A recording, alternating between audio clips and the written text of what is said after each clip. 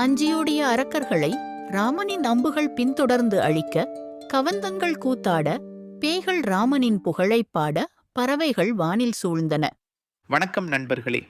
கடந்த பாடலில் நாம் கண்டோம், ராமபிரான் பொழிந்த அம்பு மழையால் திசையெங்கும் இருள் சூழ்ந்தது.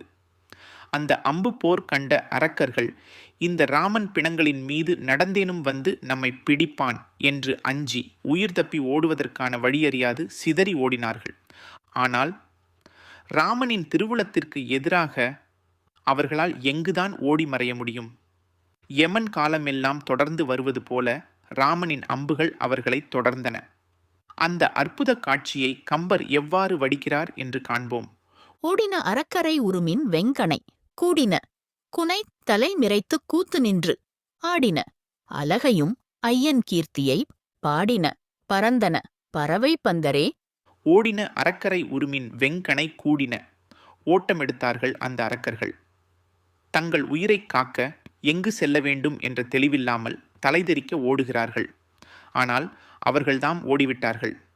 ராமபிரானின் திரு அம்புகள் ஓடுமா? இல்லை. விண்ணில் உரும் என்று இடியின் பேரொலி கேட்குமல்லவா? அதுபோல இடிமின்னல் வேகத்தில் பயங்கரமான அம்புகள் அவர்களை நோக்கி பாய்ந்தன. குறி தவறாத கண்கள் அல்லவா ராமபிரானுடையது? ஒவ்வொரு அரக்கனின் பின்னாலும் ஒரு அம்பு காலன் போல் தொடர்ந்து சென்று அவர்கள் ஓடினாலும் பதுங்கினாலும் மறைந்தாலும் அவர்களை துரத்தி பிடித்து அனலாக பாய்ந்து உடலை கூர்மையாய் பிளந்தன. குரைத்தலை மிரைத்து கூத்து நின்று ஆடின. அந்த அம்புகள் உடலை கிழித்ததும் அரக்கர்களின் தலைகள் உடல் விட்டு நீங்கின. தலைகள் அறுக்கப்பட்ட உடல்கள் கவந்தங்கள் என்று அழைக்கப்படுமே, அந்த கவந்தங்கள் மண்ணில் வீழ்ந்து துடிக்கும்போது அவற்றின் தசைகளும் நரம்புகளும் இறுகி பிணத்தின் மீது இரத்தம் கொப்பளிக்க ஒருவித விரைப்புடன் கூத்தாடத் தொடங்கின. இது மரணத்தின் கூத்து, பயங்கரத்தின் உச்சம், போர்க்களத்தின் கோரமான ஆனால் வீரத்தின் வெளிப்பாடான காட்சி. ஆம், இரத்தப் பெரும் பள்ளத்தில் அந்த கவந்தங்கள் ஆடியது வீர மரணத்தின் நிழற்கூத்து. அலகையும் ஐயன் கீர்த்தியை பாடின. இந்த கோரக் காட்சியை காண அங்கே அலறி பறந்து வந்தன அலகைகள். ஆம், பேய்கள். போர்க்களத்தில் இறக்கும் வீரர்களின் உடல்களை உண்டு இரத்தத்தை சுவைக்கும் பேய் கூட்டங்கள். அவை வந்து ராமபிரானின் இந்த வீரச் செயலை கண்டதும் அச்சத்தால் களிப்பால் ஐயன் என்று போற்றப்படும் ராமபிரானின் கீர்த்தியை, ஆம், புகழை பாடத் தொடங்கின. என்ன ஒரு விந்தை! நன்மைகள் புரிவோரின் புகழை பாடுவது சாதுக்களின் இயல்பு. ஆனால் தீமையை சுவைத்து வாழும் பேய்களும் ராமனின் புகழை பாடின என்றால் ராமனின் வீரம் எத்துணை வலிமையானது, எத்துணை பரவசத்தை உண்டாக்குவது என்பதை எண்ணி பாருங்கள்.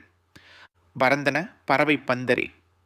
அதே சமயம் அந்த போர்க்களத்தின் மேல் செங்குருதி குடித்துச் செம்மாந்திருக்க வானில் பறவை பந்தர் விரிந்தது. கழுகுகள், பருந்துகள், காக்கைகள் என பலவிதமான பறவைகள் அந்த பிணமலைகளைச் சூழ்ந்து வானத்தையே ஒரு கூடாரம் போல மறைத்து அந்த அசுரர்களின் முடிவை உறுதிப்படுத்தின.